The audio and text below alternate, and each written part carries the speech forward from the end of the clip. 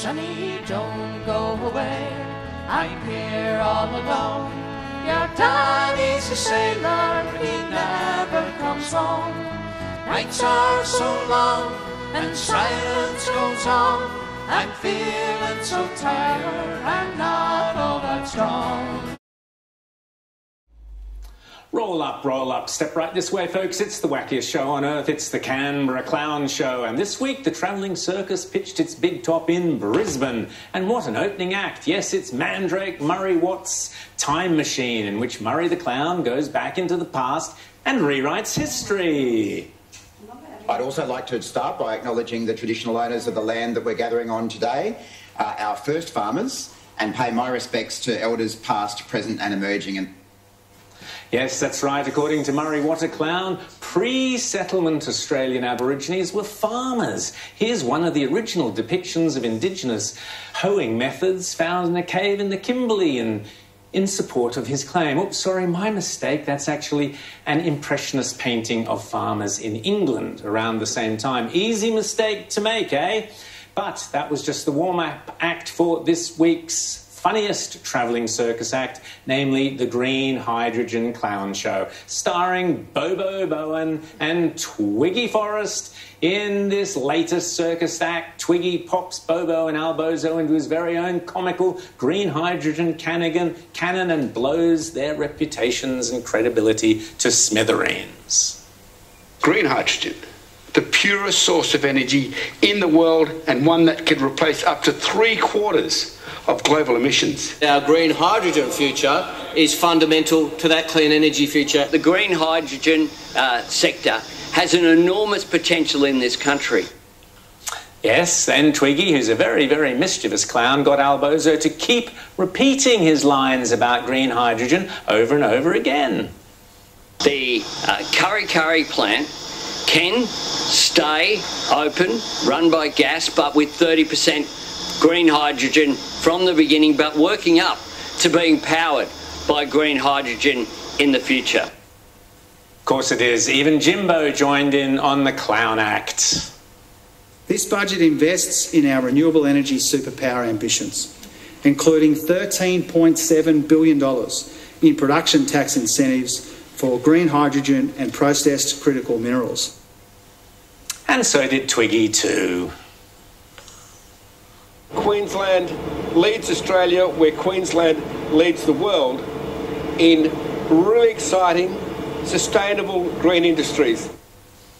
And all the while, the punters, that's you and me, the taxpayers, forked out literally billions and billions of dollars, which Albozo, Bobo and Jimbo have tossed onto the bonfire that is the vanity of green hydrogen. Until this week, when Twiggy, or rather his company Fortescue, basically walked away from its hydrogen goal by sacking 700 employees. And as Eric Johnson put it in the Oz, Andrew Forrest's credibility has gone, along with Fortescue's green hydrogen collapse. On top of which, according to the Oz, quote, billionaire Andrew Forrest has abandoned ambitious green hydrogen targets in a major business backdown that threatens the Albanese government's pledge for the energy source to help drive the nation's transition to net zero emissions by 2050, end of quote. All of which just leaves the question, who's the bigger clown? Twiggy, for promising something he was never able to deliver? Bobo Bowen, for banking the entire future of your children's wealth and prosperity on a technology we told you on this show 3 years ago was nothing more than a distant fantasy? Or is the biggest clown of them all you and I for subsidising this never-ending clown show to the tune of billions of our hard-earned dollars? And speaking of hard-earned reddies, now that they've shut down the live sheep trade, the great Nationals MP Keith Pitt asked in Parliament, what will Labor, Greens, Teals be shutting down next? The gambling industry, perhaps? Because what is the next industry that's going to get rolled? Now, we have members in here who are absolutely against the gambling sector. They don't like pokies, for example. Is that next? If there is a deal that's necessary to form government, maybe there's a minority government, is that next? Is that industry going to be wiped out as well? Very good question, Keith. You would hope most MPs would say a hard no to governments wiping out entire industries on an ideological whim. But hey, Perth's favourite girl clown, the teal in Curtin, Kate Cheney, doesn't seem to have any problem with that concept. Or you could go the China option, which is to ban gambling altogether. Or like Singapore, you know, only tourists are allowed to gamble. Well, that's right. That is an option. That is an option. There you go, all you high rollers in WA. You have been warned. As I always say to people in wealthy, woke electorates across the nation, do yourself a favour and turf out a teal. Hello, you're watching Outsiders with Rita, Drill, Baby, Drill, Panahi, James, Wait Till I Get My Shoes, Morrow, and myself, Rowan. Fight, fight, Dean.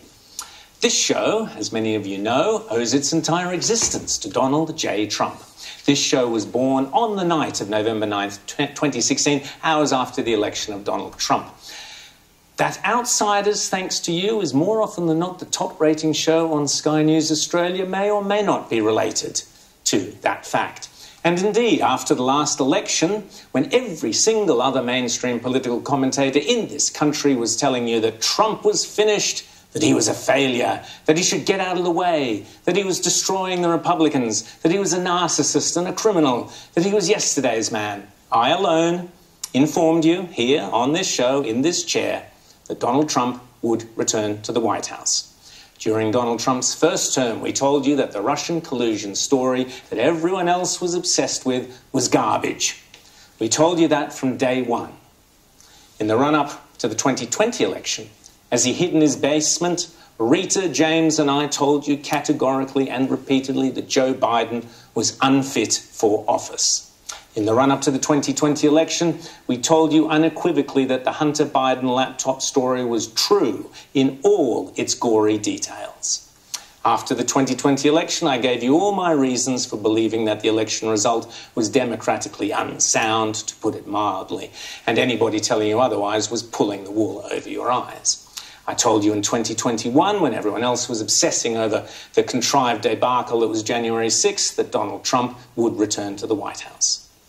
I told you in 2022, when everyone else was predicting Ron DeSantis would be the next Republican candidate, that Donald Trump would return to the White House.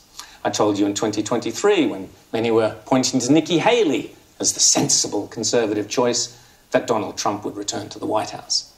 And I told you in 2024, when everyone else was obsessing over the trumped-up fraudulent legal challenges against him, that Donald Trump would overcome them and return to the White House. Now, I only run through that abbreviated list of my support for and belief in Trump only to remind you that at the time my views were regarded as eccentric or conspiratorial or populist or far-right or downright crazy. Yet, as things stand right here, right now, I'm the only commentator in Australia to have predicted where we are. Disappointingly, I have watched so-called conservative commentators here and in the States swinging and swerving their Trump commentary around like a bunch of stoned teenagers on the Dodgem cars. I do not swerve. Donald Trump is a pivotal figure in world history who will be remembered, I predict, as being up there with Churchill, Kennedy, Thatcher and Reagan. They too, in their own way, were outsiders who challenged the orthodoxy, galvanised their societies, strengthened the West, and were winners. Churchill defied his own party and the 1930s version of woke politics of appeasement.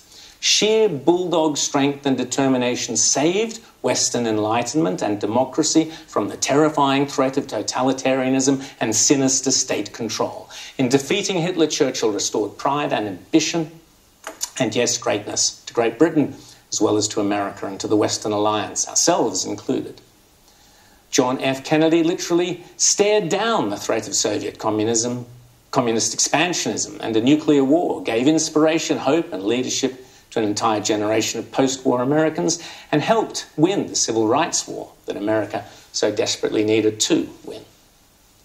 Margaret Thatcher stared down not only the Soviet Union and the Argentinian junta, but declared Mikhail Gorbachev a man she could do business with, thereby changing the way the West could contain Soviet expansionism. Thatcher also inspired the innovative and entrepreneurial spirit of 1980s Britain to soar. I saw it, I was there. And of course, in lockstep with her was Ronald Reagan, one of the greatest of all US presidents, who won the Cold War and gave the American people faith in themselves again, including, most importantly of all, the backbone of America's working classes, the Reagan Democrats.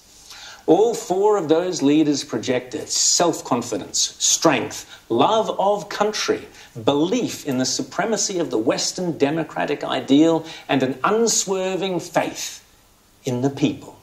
Not for them the shonky compromises born of pollsters and focus groups and the stuffy opinions of the establishment classes, of the nepotistic think tanks, of the gravy train academics, and of course the cowardly, endlessly sanctimonious media. These leaders did what they knew to be right. Not for the party, not for the state, not for the bureaucracy, not for the international order, but for the people. They were unashamedly populists. And their people, common sense, often God-fearing, everyday hard-working people, loved them for it. Donald Trump, as I've known and quite happily said for years, is cut from the same cloth. Every leader is different and every time is different. But here is what those leaders I have mentioned have in common. They were prepared to speak up against and challenge what we now call the narrative, the so-called accepted wisdom of the day. They passionately believed in secure borders and a nation being in charge of its own destiny, and national self-interest taking precedence over everything else. And they all recognized that only a prosperous democracy can ensure its own freedoms and survival. But above all, they knew that socialism is the most destructive, poisonous, and deadly force known to mankind. Here are 4 quotes I've chosen from those 4 great leaders, all of which you could apply, after the last week, to Donald Trump. Winston Churchill said, "If you're going through hell, keep going." Strength over adversity. John F. Kennedy said, "Ask not what your country can do for you, but what you can do for your country." The antithesis of socialism. Margaret Thatcher said, "I always cheer up immensely if an attack is particularly wounding because I think, well, if they attack one personally, it means they have not a single political argument left." And Ronald Reagan, "Government is not a solution to our problem. Government is the problem. Government does not solve problems, it subsidizes them. Government's view of the economy could be summed up in a few short phrases. If it moves, tax it. If it keeps moving, regulate it. If it stops moving, subsidize it. The problem," said Reagan, "is not that people are taxed too little. The problem is that government spends too much." Donald Trump, in my opinion, embodies those philosophies. He believes, and I share that belief, that we in the West are currently under existential attack. Our very way of life and our enlightened, democratic, Judeo-Christian values could easily be snuffed out within the next decade or so. The enemy is a terrifying combination of 4 potentially deadly foes: Chinese communist adventurism, Islamist radicalism, particularly within the West, climate change extremism, which is rapidly crippling the West's economic and manufacturing strength at the same time as enriching and empowering China and other non-Western nations, and insidious left-wing anti-colonial ideologies, also known as wokeness, which is the deliberate attempt by old-fashioned Marxists within academia, the radical left, to dismantle and discredit all the key institutional foundations of our precious but vulnerable Judeo-Christian culture. to destroy free speech, to destroy freedom of expression and religion, to destroy the rights of the individual over the collective, to destroy the presumption of innocence, to censor the thoughts of the individual and instill fear of being cancelled, to tear down statues and symbols, to destroy the traditional family, and to destroy the concept of normative heterosexuality altogether. The reason so many of the commentariat, political and media class in Australia don't understand the appeal of Trump, and even less of J.D. Vance, is because they haven't grasped the nature or the extent of the threat to the West. They cannot see the connection between these disparate but equally dangerous forces. They think, laughably, that climate change is about doing our bit to save the planet. They think, laughably, that radical trans rights are about tolerance and compassion. They think, laughably, that Jews are being demonised because of the actions of the Netanyahu government. Ask yourself, how can a millionaire's son born in New York with a silver spoon in his mouth have anything in common with a povo kid born to a dysfunctional family of losers in the Appalachians? How can they have arrived at the identical same place politically in America this week? Because they are united in the same battle. It is not a Republican versus Democrat battle. It is a battle to preserve that which made the West the pinnacle of human civilization against those who would tear it down and replace it with some hideous, technocratic, dystopian nightmare of control and fear.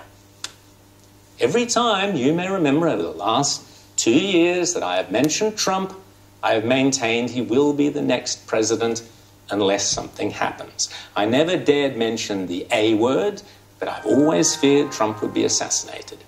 If his enemies were prepared to fabricate hoaxes about him, fabricate trumped-up legal charges against him, demonize him relentlessly as Hitler or whatever else, threaten him with jail, bankrupt him, take every conceivable measure to stop him, why wouldn't they shoot him? Well, last week, as we went to air, they tried, and they failed. As this week's Spectator Australia cover suggests, it was the hand of God that saved Donald Trump. Across the globe, many, an atheist or agnostic, has paused and asked themselves, how on earth could that near miss have been anything other than divine intervention, or at the very least, divine election interference? Certainly, Donald Trump thought so.